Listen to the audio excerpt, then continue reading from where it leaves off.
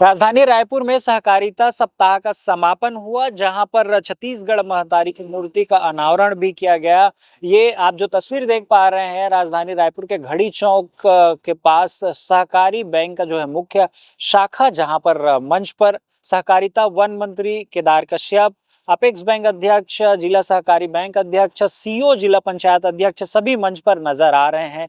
जो प्रदेश भर के जो किसान हैं आए हैं, उनको 12% जो है ब्याज दर पर ट्रैक्टर के लिए लोन और बकरी पालन, गौ पालन, इसके अलावा कृषि काम के लिए लोन दिया गया है। चाबी सौंप रहे हैं, चेक जो है सौंप रहे हैं, तस्वीर में आप देख पा रहे हैं। इसके अलावा जो है मंत्री जी क्या कुछ कह रहे हैं, आइए सुनते हैं। मंत्रालय का उद्देश्य आप लोगों ने सुना, आदरणीय अमित शाह जी ने किस तरीके से पूरे देश में सहकारिता के मंत्र को जन जन तक पहुंचाने का काम आज हम सबके ऊपर सौंपी है। और उनके नेतृत्व में और देश के यशस्वी प्रधानमंत्री माननीय नरेंद्र मोदी जी के मार्गदर्शन में लगातार हमारे छत्तीसगढ़ के यशस्वी मुख्यमंत्री श्री विष्णुदेव साय जी लोगों तक और गांवों तक आपकी सहकारी समितियां रहे, ये इसी उद्देश्य के साथ लगातार काम कर रही है। इस वर्ष हम लोगों ने लगभग 1300 से ऊपर सहकारी समितियों को गठन किया है। टैक्स है, फिशरी है, डेयरी है, अन्य बहुत सारी समितियां। आपने सुना होगा आदरणीय हमारे देश के सहकारिता मंत्री जी ने कहा कि मेरे पास में पूरा कंप्यूटराइज्ड है, डाटाबेस जानकारी है कि मैं बटन दबा करके किसी भी राज्य का, किसी भी तहसील का, किसी भी पंचायत को वहां की सहकारी समिति है कि नहीं है और है तो क्या काम कर रही है, उसकी पूरी जानकारी उनके पास है। आप समझ सकते हैं कि किस तरीके से टेक्नोलॉजी का उपयोग करते हुए सहकारिता मंत्रालय आगे बढ़ रहा है। और यहाँ पर भी लगभग 2028 हमारे पैक्स को कंप्यूटराइज किया गया है और पूरे विभाग के अधिकारियों को मैं इसके लिए बधाई देता हूँ।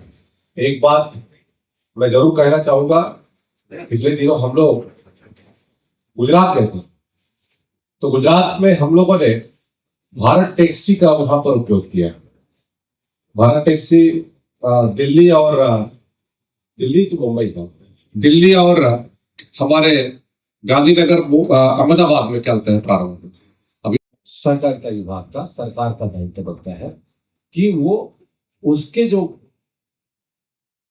उपज है उसका मूल्य उसको मिलना चाहिए।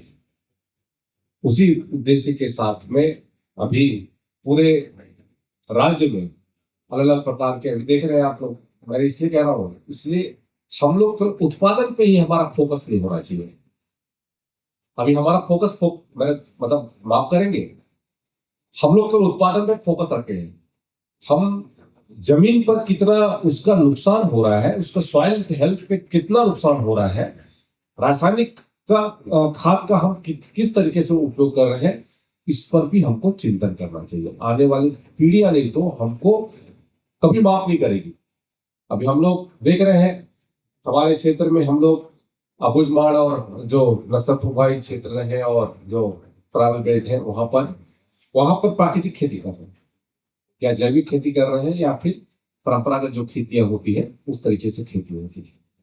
तो वो केवल उत्पादन पे नहीं, क्वालिटी पे फोकस करें।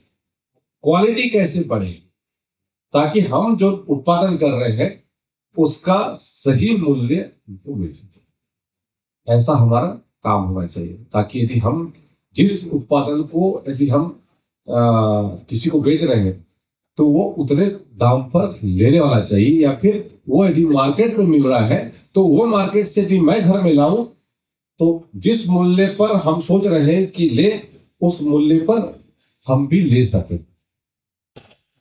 तो आपने सुना क्या कुछ कह रहे हैं मंत्री जी, कैसे ऑर्गेनिक जो है खेती को प्रमोट करेंगे, आने वाले समय में आधुनिक तकनीक को अपनाएंगे, और कैसे उनकी जो सरकार है वो किसानों के साथ है, लगातार किसानों के हित के लिए अनेक योजनाएं और जो है उनको लाभ देने का जो है काम कर रहे हैं। इस पर बड़े विस्तार से चर्चा की है मंत्री जी। इसको लेकर आपका क्या कुछ विचार है, अपनी प्रतिक्रिया हम तक जरूर पहुंचाएं। ऐसी खबरों के लिए बने रहिए श्री राज न्यूज के साथ।